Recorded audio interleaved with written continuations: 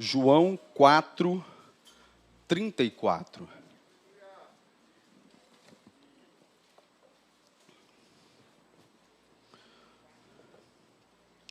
Evangelho segundo João, capítulo 4, versículo 34. Louvado seja o nome do Senhor. Precisa ter sido um tempinho para... que é muita presença de Deus, irmão. Deus habita em meio aos louvores. Quando você adora a Deus, em espírito e em verdade, Ele te procura. Interessante é que Ele te acha. No meio da multidão, se tiver um adorador que adora em espírito e em verdade, Ele te acha.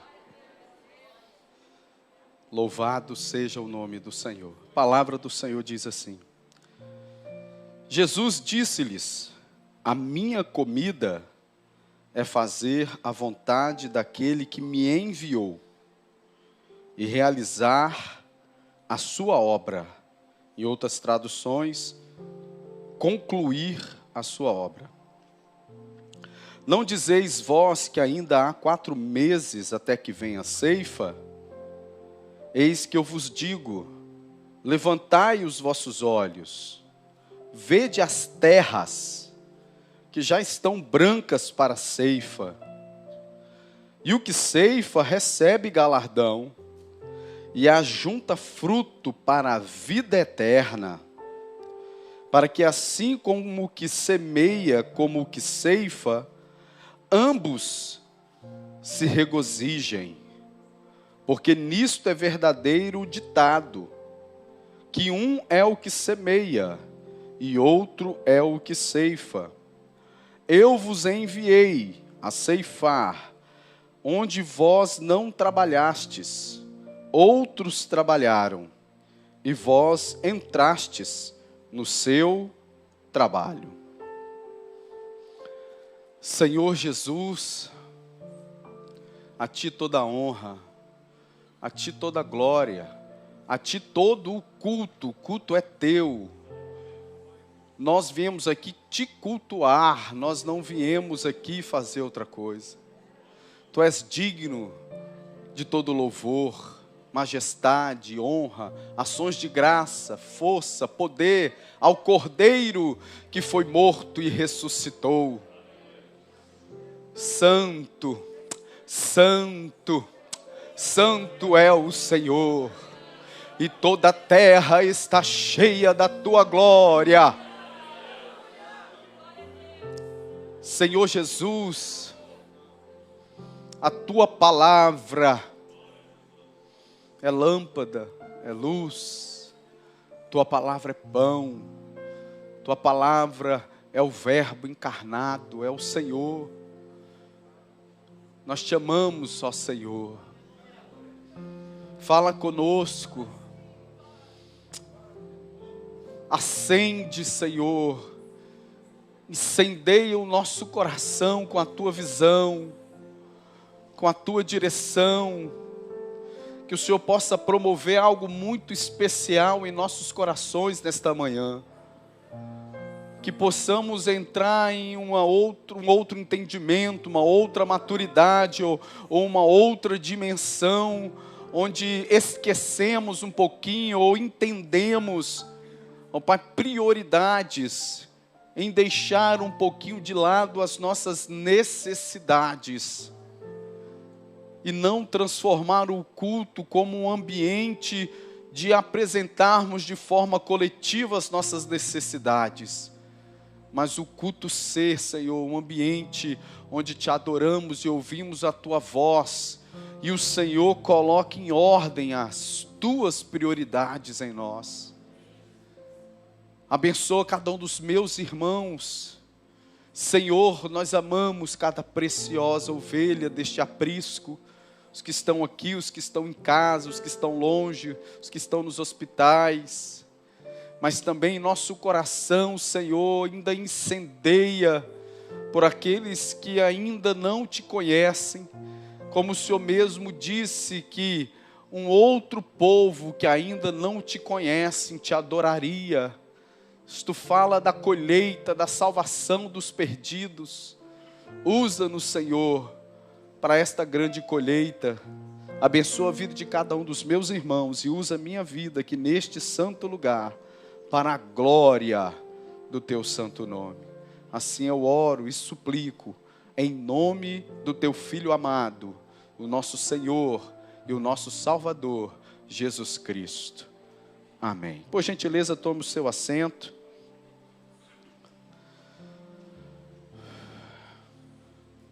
Doutora Juliana, a senhora comentou um tempo atrás acerca do negócio do estacionamento, eu não procurei, eu fico meio sem graça.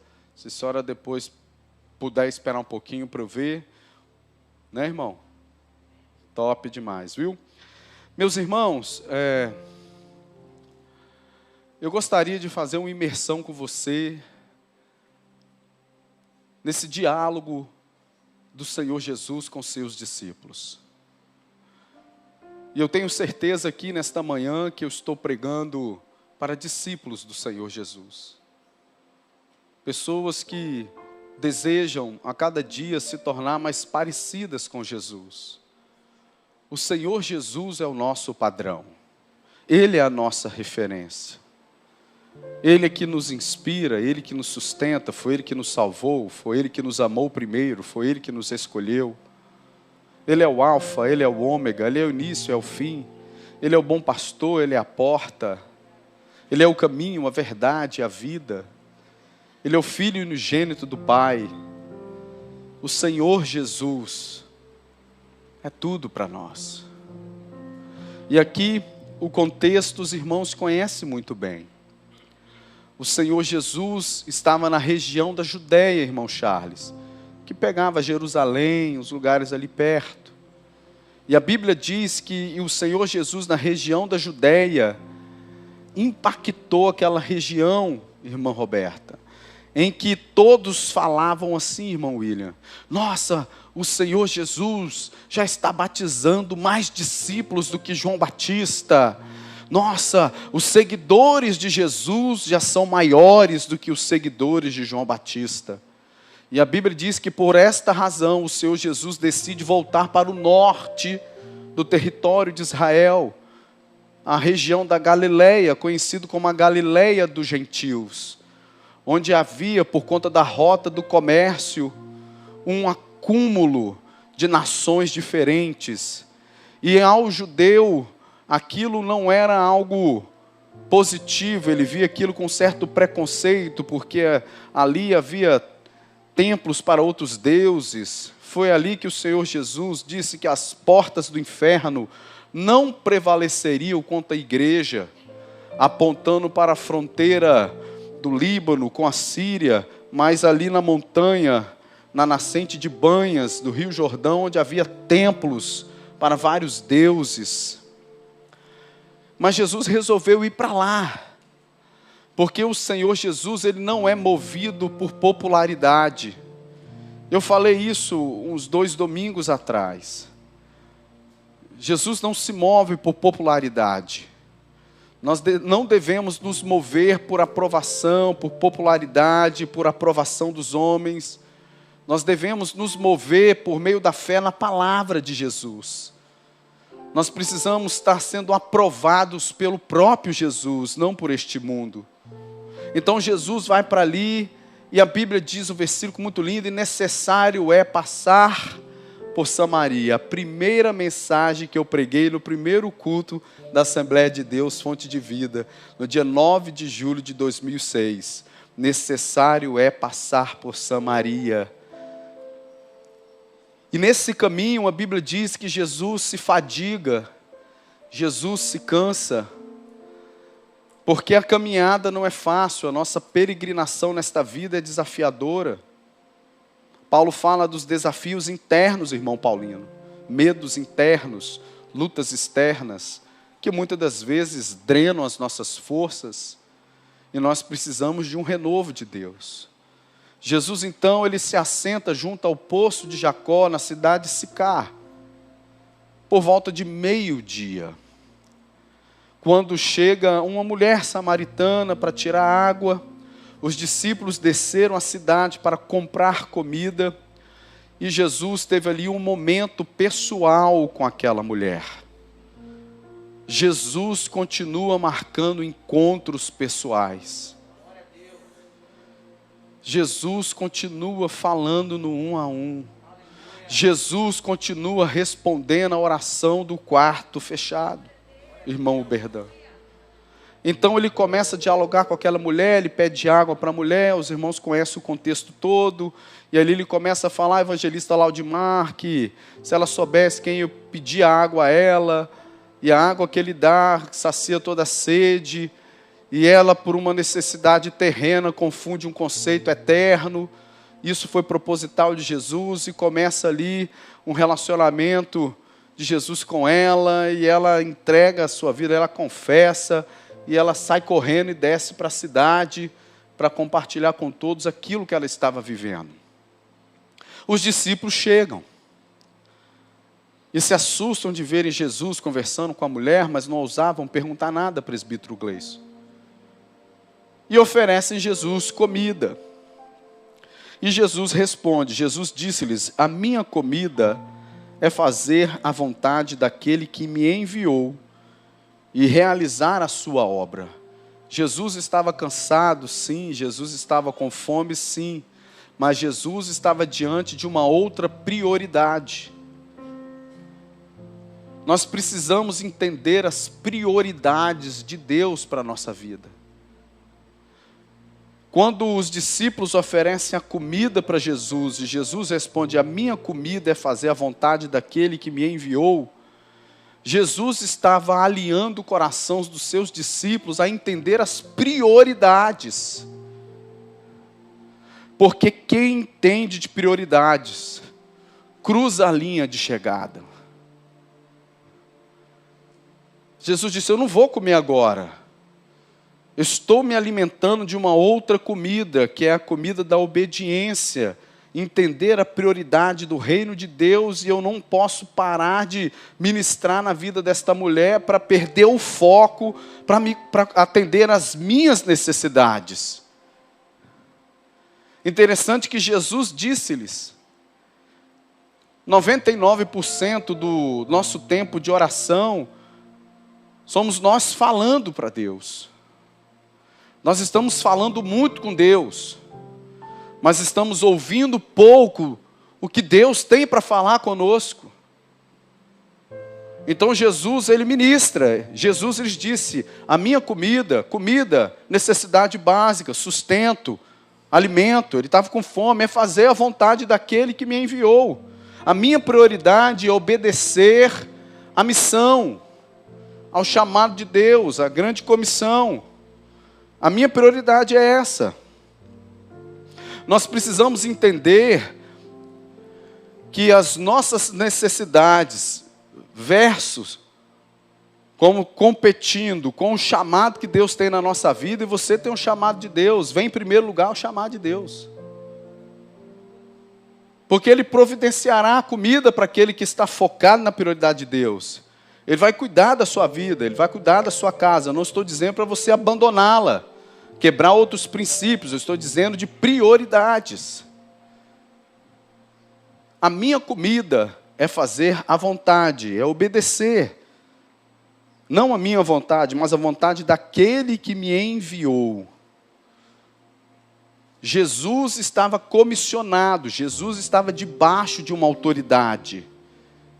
Jesus, ele tinha êxito no que ele fazia, porque ele estava em obediência, alinhado, de acordo com a vontade daquele que havia o enviado. O Pai havia enviado ele.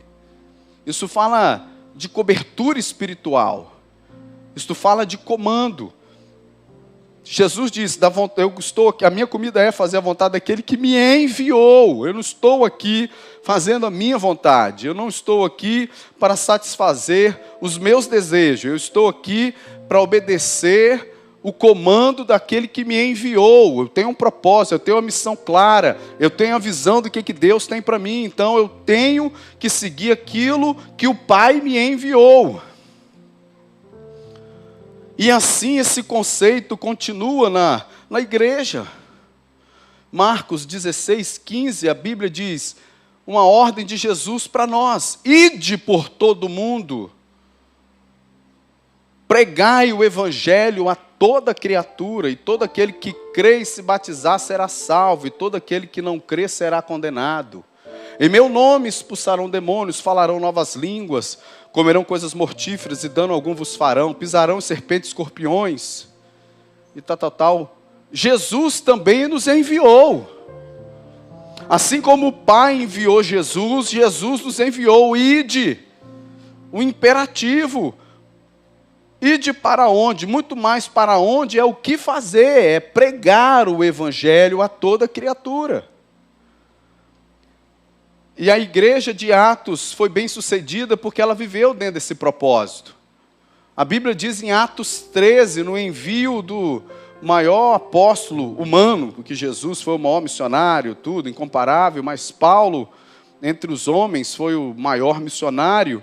A Bíblia diz em Atos 13, em Antioquia, na igreja, havia profetas, doutores, mestres, e orando e jejuando, o Espírito Santo diz: aparta para mim Barnabé e Saulo, para a obra que eu vos enviarei. E separando então Barnabé e Saulo, Paulo, a igreja, no comando do Espírito Santo de Deus, os enviou.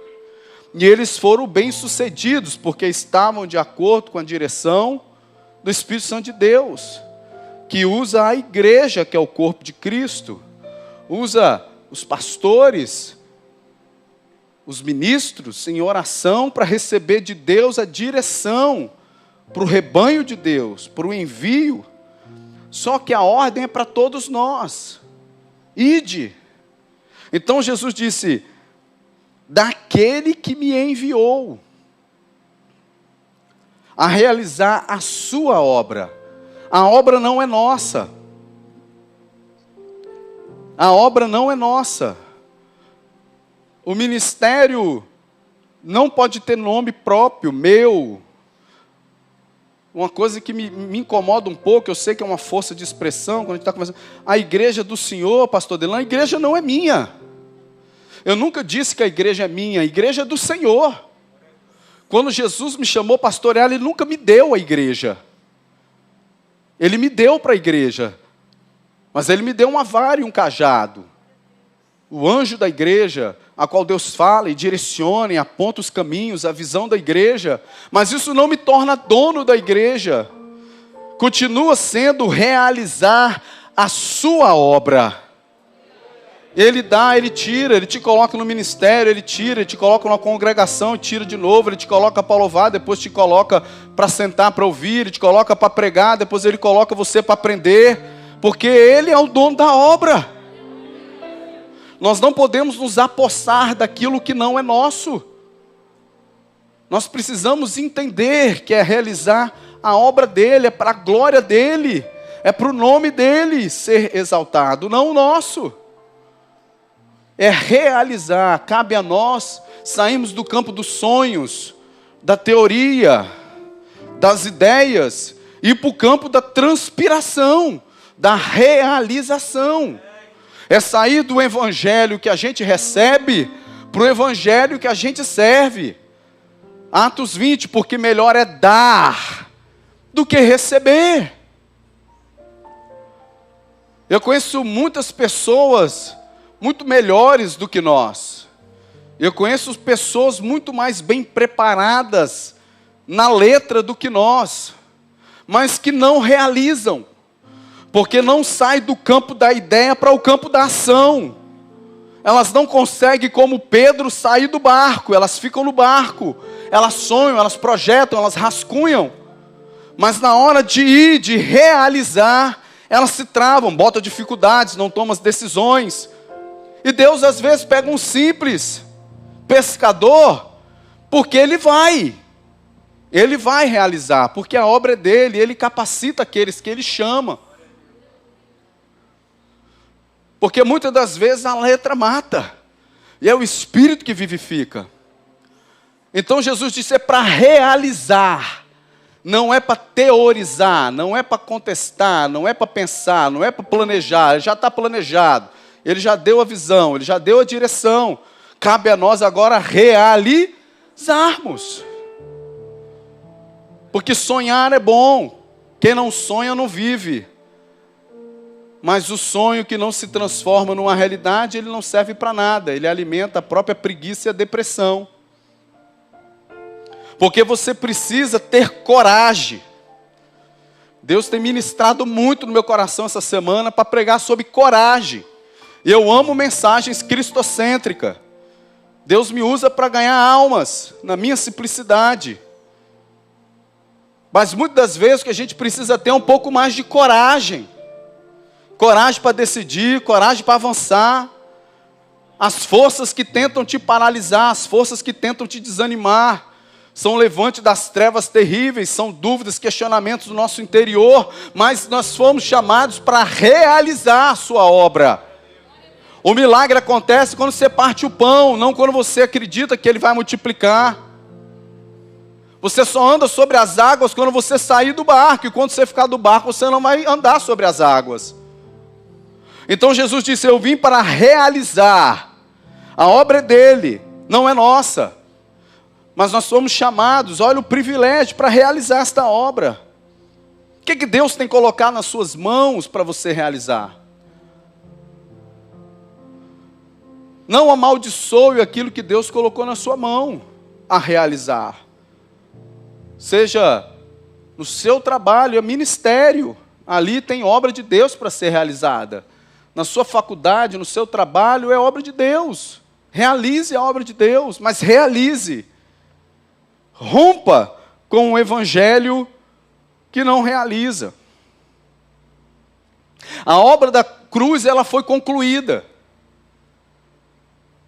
Na sexta-feira da paixão, Jesus foi crucificado, no domingo pela manhã, Jesus ressuscitou. Mas a obra de evangelizar todas as nações, ela não se acabou. É uma obra inacabada. É uma responsabilidade, a razão de você estar aqui para ser discipulado, motivado, revestido de poder, direcionado, enviado para a igreja, porque esta obra não acabou. Ela não acabou e é responsabilidade nossa, não é só do pastor, porque o que gera ovelha é ovelha. Pastor apacenta. Jesus disse, eu vim realizar a sua obra. Porque é melhor o fim das coisas do que o começo dela. A bênção está em realizar.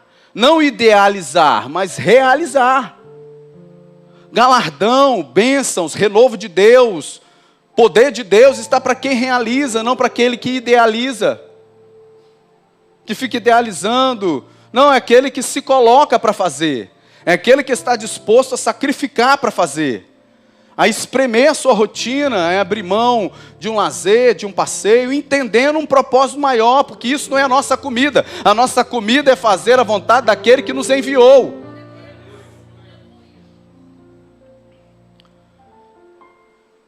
Então Jesus começa a trabalhar essa questão de prioridades. Os discípulos, porque eles desceram para comprar comida, e Jesus estava salvando uma alma. Porque muitas das vezes, olha só como que a gente precisa despertar. É muito natural quando nós entregamos a nossa vida para Jesus e começamos a amar Jesus e querer conhecer Jesus, há um distanciamento das amizades que a gente tem que não serve a Deus. Isso é um processo natural e é de ambas as partes. Você não pode culpar aquele ciclo de amizade que você tinha comunhão na mesa, no rock, na tacinha de vinho, qualquer coisa. Aí você começa a querer se encher de Deus, buscar santidade, você vai buscando, você tem uma outra prioridade. E a turma te chama uma, chama duas, chama três. Isso aconteceu comigo. E aí, tal, vamos pro rock. Eu falei, não, vamos pro monte. Eu falei, o quê? Meus amigos, vamos embora, tem uma rave top, não sei o que. Meu irmão, eu vou pro monte orar. Vai para onde? Eu vou pro monte. Na terceira vez que eles te convidam e você não vai, a coisa vai esfriando. Só que não é por isso que a gente tem que preocupar só com a nossa comida. Viver uma igreja onde a gente só se relaciona entre a gente. Porque daqui a pouco você não tem contato com ninguém. Como que você vai falar do amor de Jesus com alguém? A minha comida é fazer a vontade daquele que me enviou. É servir a comida de Jesus para quem não conhece Jesus. Então Jesus, ele começa a alinhar prioridades. Ele começa a dizer no versículo 35, não dizeis vós que ainda há 4 meses até que venha a ceifa? Eis que eu vos digo, levantai os vossos olhos e vede as terras que já estão brancas para a ceifa.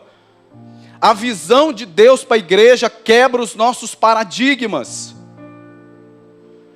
Todo ser humano, ele gosta de previsibilidade. Os discípulos estavam ali dizendo, olha, daqui 4 meses é a ceifa. Segundo Carson, pela essa análise da colheita, provavelmente aquilo era dezembro, janeiro. Segundo Growling, esse era um ditado popular de uma festa dos samaritanos, 4 meses para a ceifa, porque celebravam a festa Shemut Pessah. É quando os samaritanos celebravam a festa do próprio sábado, perto do domingo mais próximo, do dia que Moisés viu a sarça que ardia, e do dia que ele encontra com Arão e compartilha aquilo, que foi uma mudança de visão. Isso é uma festa dos samaritanos, a porta das festas, o portal das festas. Mas na realidade o que Jesus estava falando, vocês dizem que faltam 4 meses. Falam das nossas opiniões, da nossa rotina, da nossa cultura, dos nossos paradigmas, da nossa previsibilidade. Bom, é dezembro, janeiro, falta 4 meses para chegar a época da colheita. Porque a previsibilidade nos traz controle. Tudo que a gente consegue prever, a gente consegue administrar, a gente consegue planejar, a gente consegue controlar. Só que a visão de Deus, ela quebra esses nossos paradigmas. O Senhor diz, vocês dizem isso, mas eu vos digo que os campos já estão prontos para a colheita. Porque a visão de Deus quebra os nossos paradigmas. A visão de Deus, ela nos confronta. A visão de Deus nos eleva a ver diferente o que está acontecendo. Muito obrigado, pastor. Na sua casa, no seio da sua família.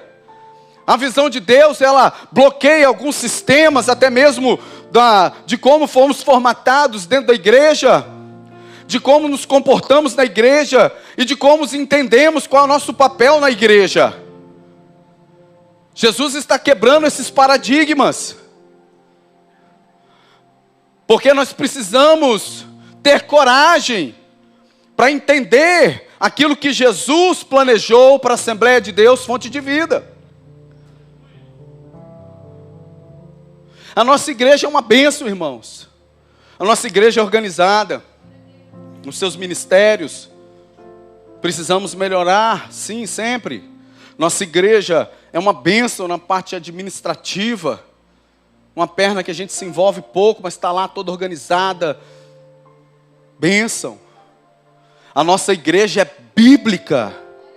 A nossa igreja é pentecostal. Encontramos o equilíbrio do poder e da palavra de Deus. O Espírito Santo de Deus tem nos dado esse equilíbrio. A nossa igreja é amorosa. Você é amoroso, é o que eu escuto no meu gabinete das pessoas que vêm membrar-me.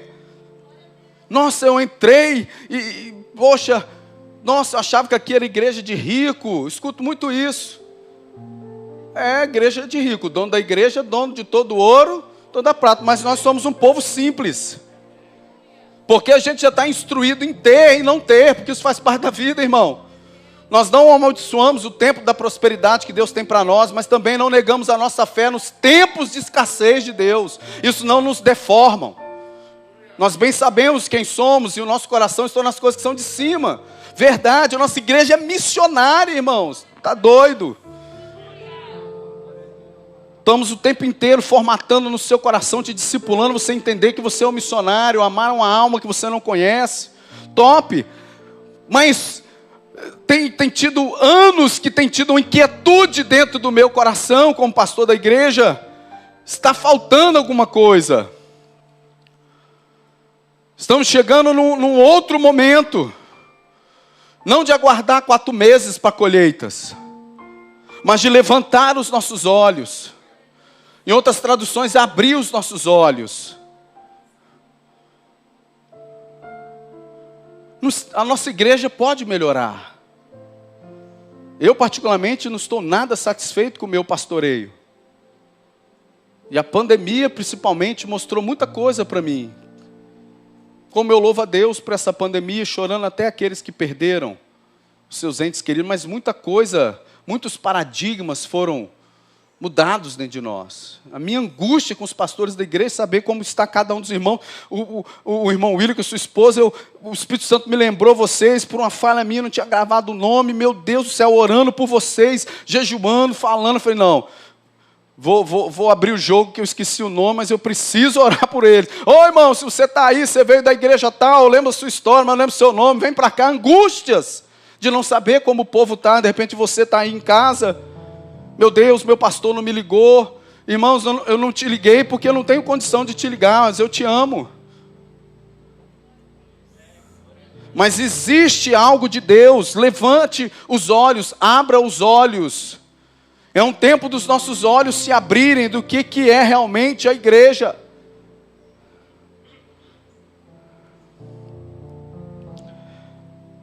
Estamos acostumados com o nosso calendário, com a nossa rotina, com a nossa previsibilidade. Mas Jesus diz, eis que vos digo. Eu já disse que nós nos preparamos muito para falar, mas não nos preparamos para ouvir. Mas João 3, a palavra do Senhor diz que Ele se apresenta como bom pastor e diz, eis que as minhas ovelhas conhecem a minha voz e eu as chamo pelo nome.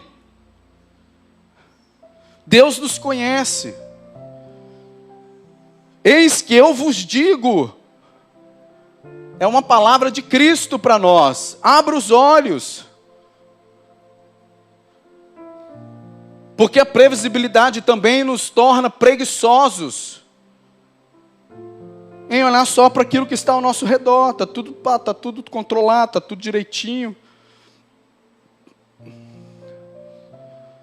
Só que quando você abre os olhos, você entende que a gente pode fazer muito mais.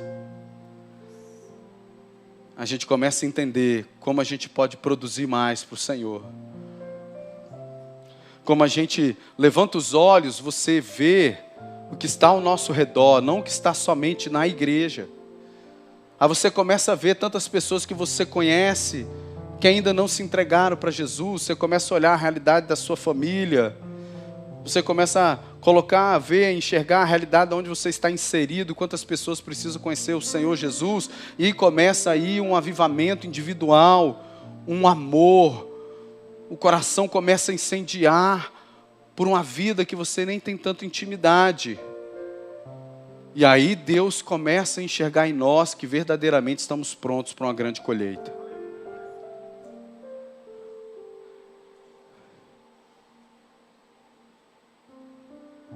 Muitas pessoas falam assim para mim, eu gosto do pastor Delano que ele é visionário, eu gosto do pastor Delano que ele é ousado. Deixa eu falar a verdade para você, eu sou cego igual Bartimeu.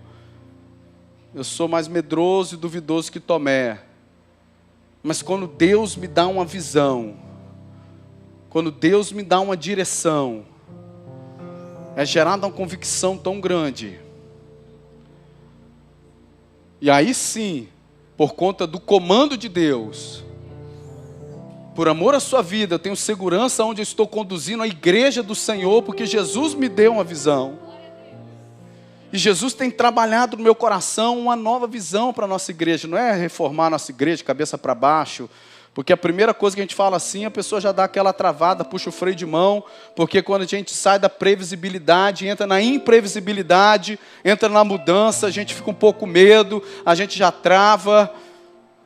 Mas se você levantar os seus olhos e ver, há um potencial muito grande para nós, irmãos. Vou te dizer bem sincero, meu coração está tão tranquilo com o negócio de terreno, construir igreja maior, meu coração não se move com isso. É bom, o profeta vem, entrega a revelação, abre a mão, toma aqui, eu te dou e tal, mas eu não me movo isso, porque estava faltando algo. por uma nova visão de Deus. E ao nosso coração voltar a pegar fogo pelo perdido. Por que aumentar o templo da igreja? Isso é bênção de Deus, vai acontecer, Deus já falou, estou descansado. Mas o importante é, que fonte de vida nós seremos para isso? Um depósito de pessoas? Não.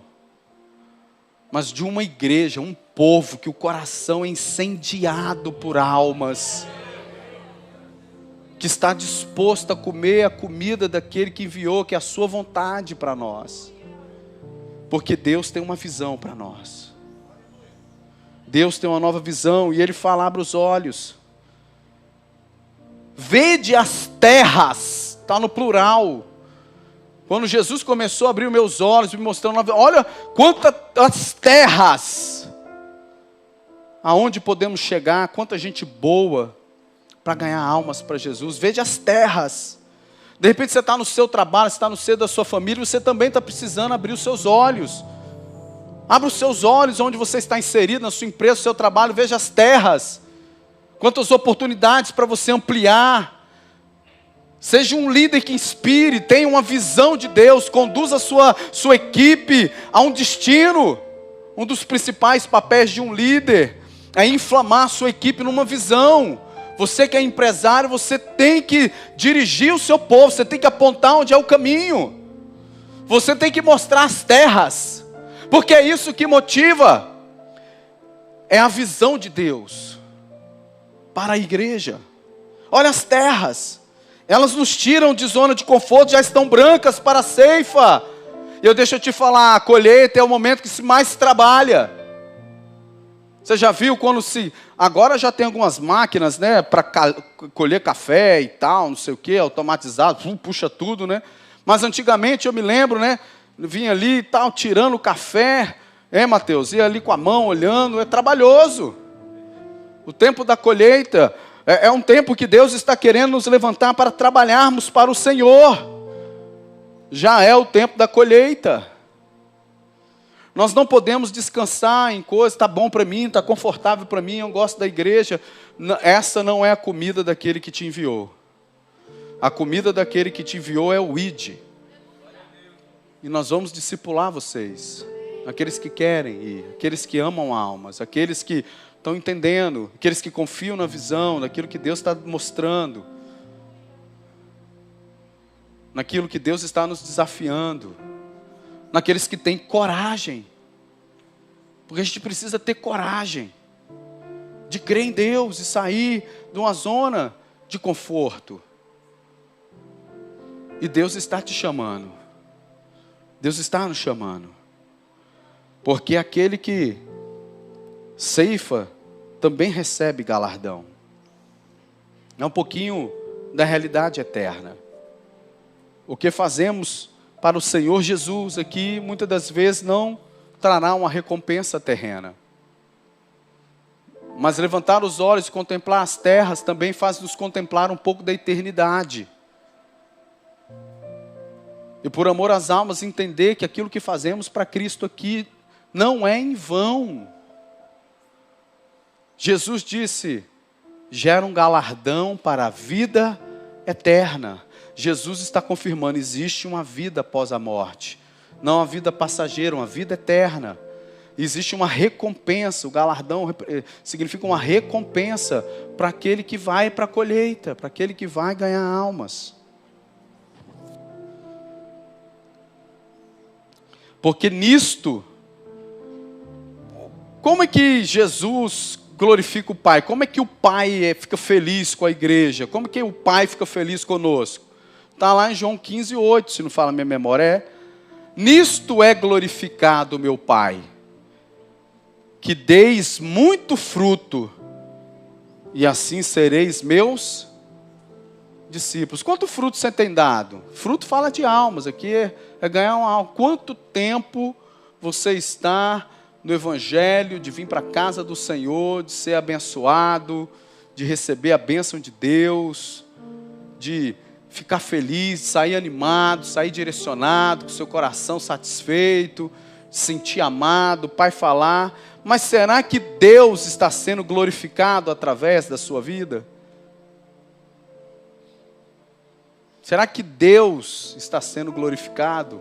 Ele é glorificado quando a gente dá muito fruto. Não é pouco fruto, não, é muito fruto. E a gente precisa se envolver com isso. A gente precisa entender isso. E Jesus vai usar a gente, irmão. Vai usar a gente. Vai usar a gente. Vai usar a gente. Então, se eu pudesse botar um tema nessa mensagem, é um convite para o trabalho. É um convite para o trabalho. Jesus está nos convidando a trabalhar para Ele. Jesus está nos chamando, na realidade, Jesus está nos ordenando trabalhar para Ele. Eu tentei usar um eufemismo, como se fosse um convite. Não é um convite, é uma ordem. Eu gostaria que, por gentileza, você se colocasse de pé, eu quero orar.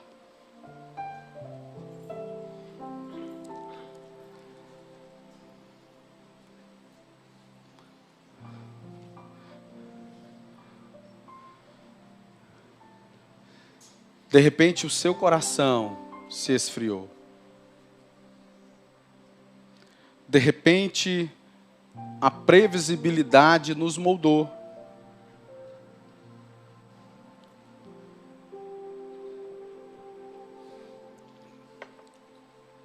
De repente os anos de igreja, onde você era desafiado e só aprendeu de como servir a Jesus, era convidando alguém que você ama para vir para a igreja. Primeiro venha para a igreja. E aí você orava e jejuava. Ai meu Deus, quem vai pregar? Quem vai pregar hoje? Eu estou convidando meu amigo aqui que nunca entrou na igreja. Quem vai pregar hoje? Né? Minha primeira experiência na igreja evangélica. Eu falava que todo pastor era ladrão e todo crente era preguiçoso. A igreja fez uma estratégia do culto do amigo.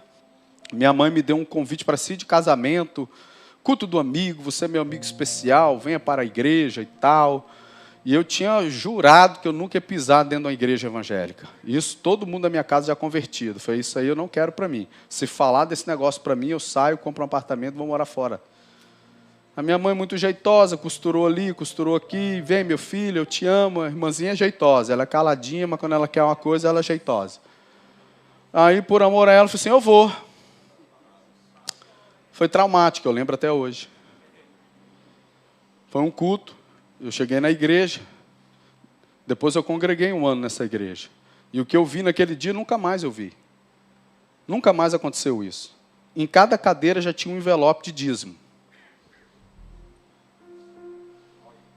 Aí um tio meu foi também, por causa dessa pegadinha do culto amigo. Aí eu olhei para ele e falei bem alto, porque o meu negócio era, não sabia que era um pastor, eu queria dar um pau no pastor. Eu queria arrumar eu estava acompanhado, irmão, era legião. Aí eu gritei bem alto, falei assim, olha aí, ó, Eduardo, não deram nem a boa noite para a gente, já tem envelope para tirar o dinheiro. Aí eu comecei a gritar, eu estou tirando o meu relógio, porque daqui a pouco até o meu relógio vão pedir. Eu estava disposto a... Mas sentei, minha mãe, pelo amor de Deus, não faça isso. Eu falei, amém, mãe, amém. Estou te falando esse negócio aí dessa lavagem cerebral, que estão te enganando. Aí foi o pastor Silmar com ele para pregar. Sempre ele é tão tranquilo. Você que está feliz, diga amém. E não sei o que, não sei, não sei, não sei, não, não. Eu vi depois. Muito evangelístico, mas naquele dia eu não sei o que aconteceu no homem. Ele pregou sobre dízimo e oferta. Irmão, eu quicava na cadeira. Eu falei assim, é esse que eu vou dar um... Vai apanhar os dois, esse gordo careca e esse convidado aí, esse sem vergonha. Minha irmã, estava cuspindo fogo. Eu vou falar com o pastor. Ele faz o culto do amigo, chama o pastor para pregar, e o pastor prega sobre dízimo e oferta. Tal. Eu falei, eu nunca mais volto aqui. 30 dias eu estava lá, dando dízimo, dando oferta. Mas a primeira experiência foi traumática. E eu repeti o modelo. Porque nós somos muito previsíveis, de acordo com o que o pastor nos inspira. Porque a gente fala, traga mais um. Ah, você entende, pô, meu trabalho no reino de Deus é só trazer um para a igreja, o Espírito Santo pega no louvor, pega o pastor e vai ser top. Aí eu repeti o modelo. Um amigo meu até que gravou uma mensagem no dia do meu aniversário, que falou de quando eu caí de carro da ponte de Guarapari e tal. Aí eu chamei ele. Ele, pô, Delano, eu te amo, cara, você é top. Mas eu gosto de boate, irmão. Esse cara não tem nada a ver. Vamos para o culto, você vai gostar.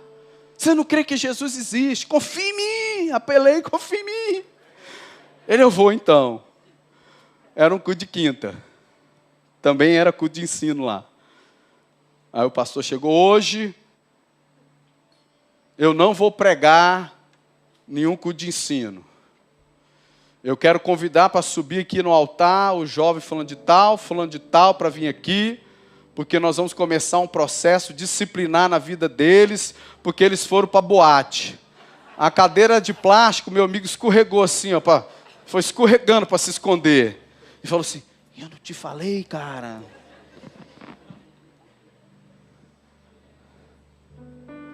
Só que a gente tem que começar diferente. Jesus primeiro ganhou o coração de Pedro para ele. A gente primeiro precisa ganhar o coração das pessoas para nós.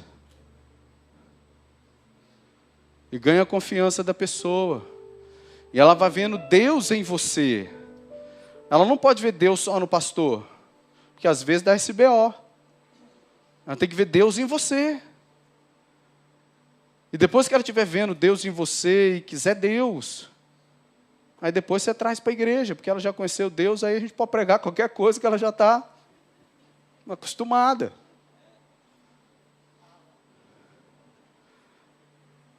Os discípulos vieram servir Jesus, está aqui comida.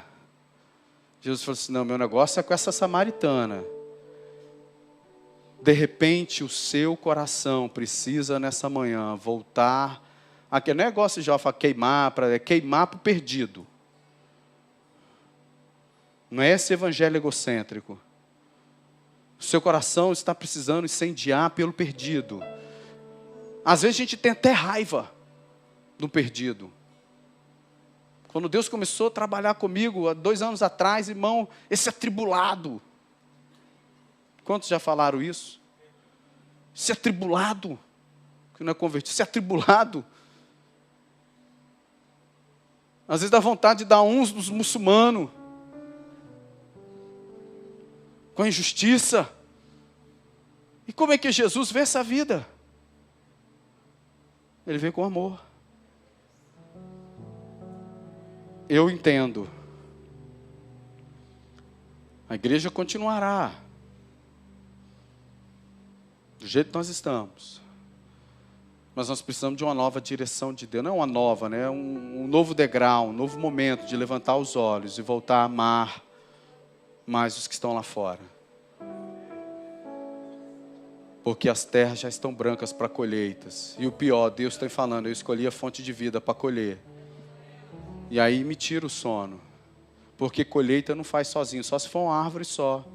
Só que nós somos uma igreja de mais de 2.000 membros.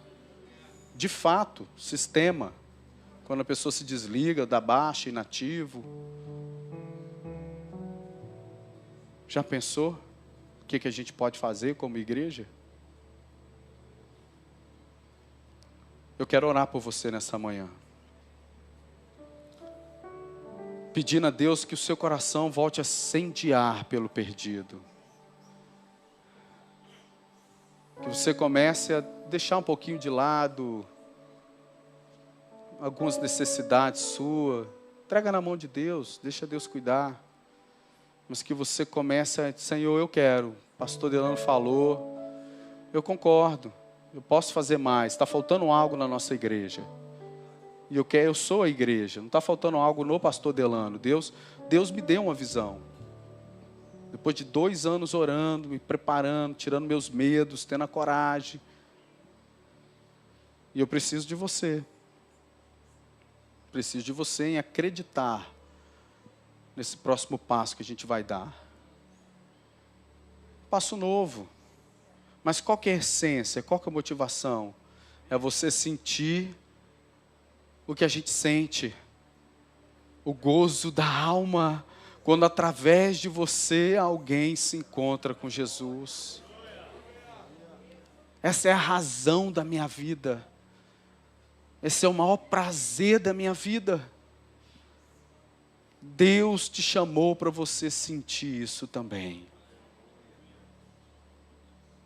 Coloque a mão no seu coração. Ore comigo, minha voz vai sobressair por conta do microfone, dos alto-falantes. Mas se essa palavra falou com você, se você em lealdade crê nessa palavra e quer servir, quer ajudar, ore comigo. Senhor Jesus,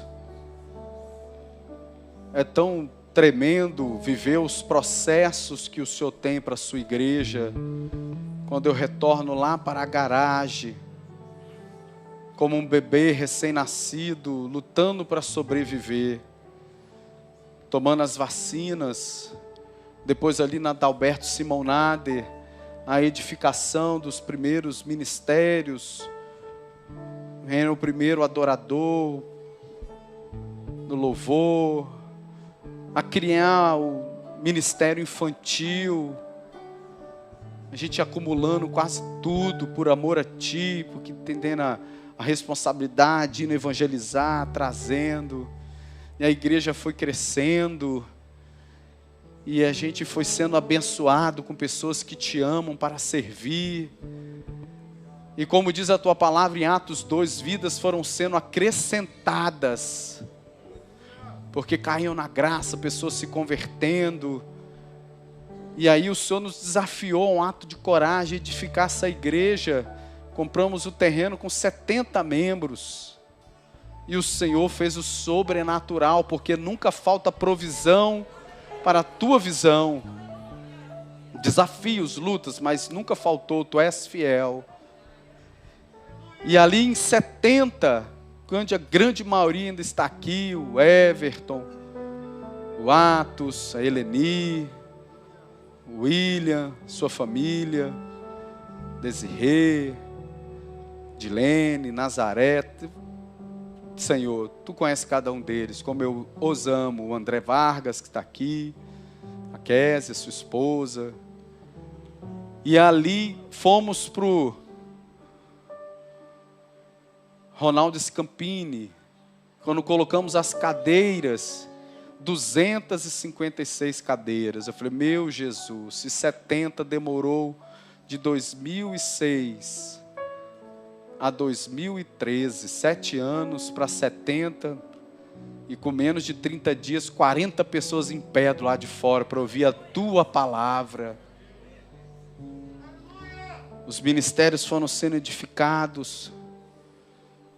O Senhor foi abençoando o pastor Renato, que nos vê também, desde ali da Adalberto Simonado, com a missionária Lucimara.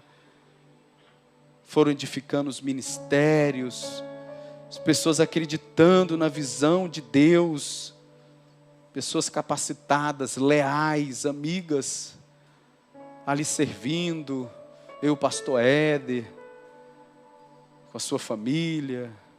Edificamos o templo ficou pronto, entramos aqui, Senhor, com 256 membros. E já no primeiro Aviva Mulher, com a adoradora Eixla, isso encheu aqui com milhares de mulheres. Mostrando, Senhor, para nós as terras, aquilo que o Senhor tem para esta igreja. Qualidade, quantidade, qualidade do discipulado e uma igreja evangelizadora que ganha almas.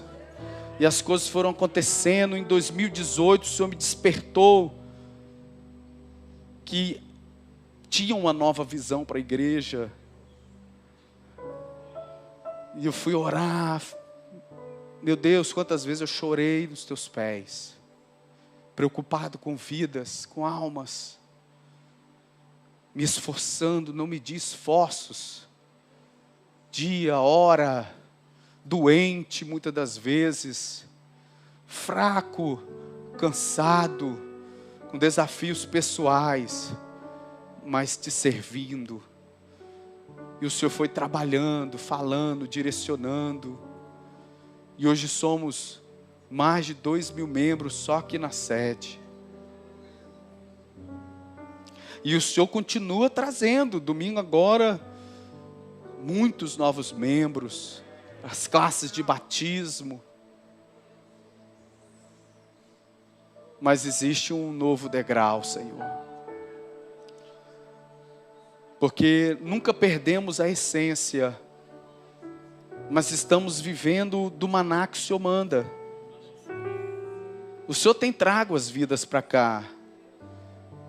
Estamos vivendo do maná, mas a tua palavra diz em Josué 5, que quando o povo atravessou o Jordão e comeu do fruto da terra, depois da Páscoa que eles celebraram, eles comeram espigas de milhos tostadas.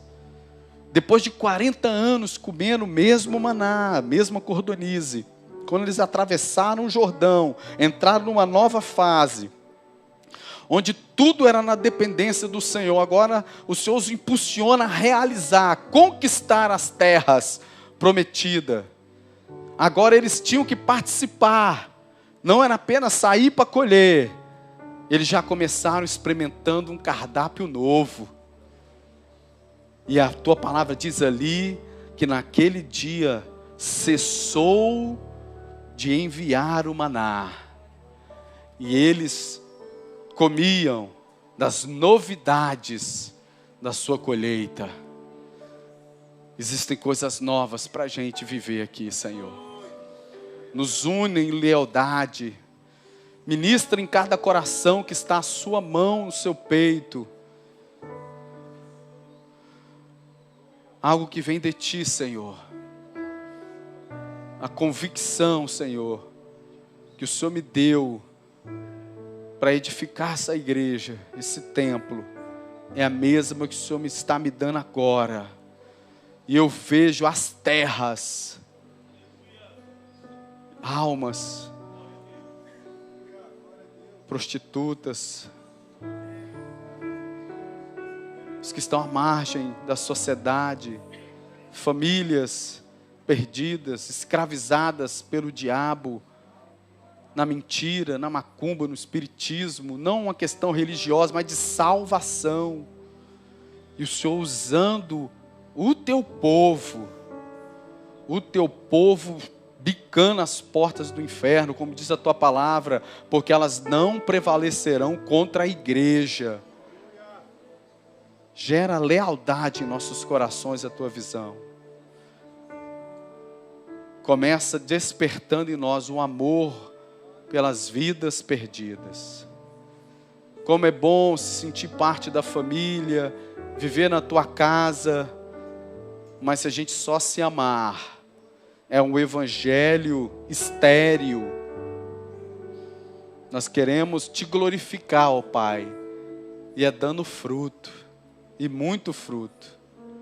Faz assim conosco nesta manhã, vai alinhando, vai curando, vai renovando, vai despertando, vai motivando, vai tirando os medos, vai tirando as dúvidas, vai tirando o achismo. Vai tirando o achismo, já sei, já vivi isso, eu estou entendendo. Não, você não está entendendo, você não sabe nada. Só apenas abra o seu coração para entender o que Deus está falando com esta igreja. E participe,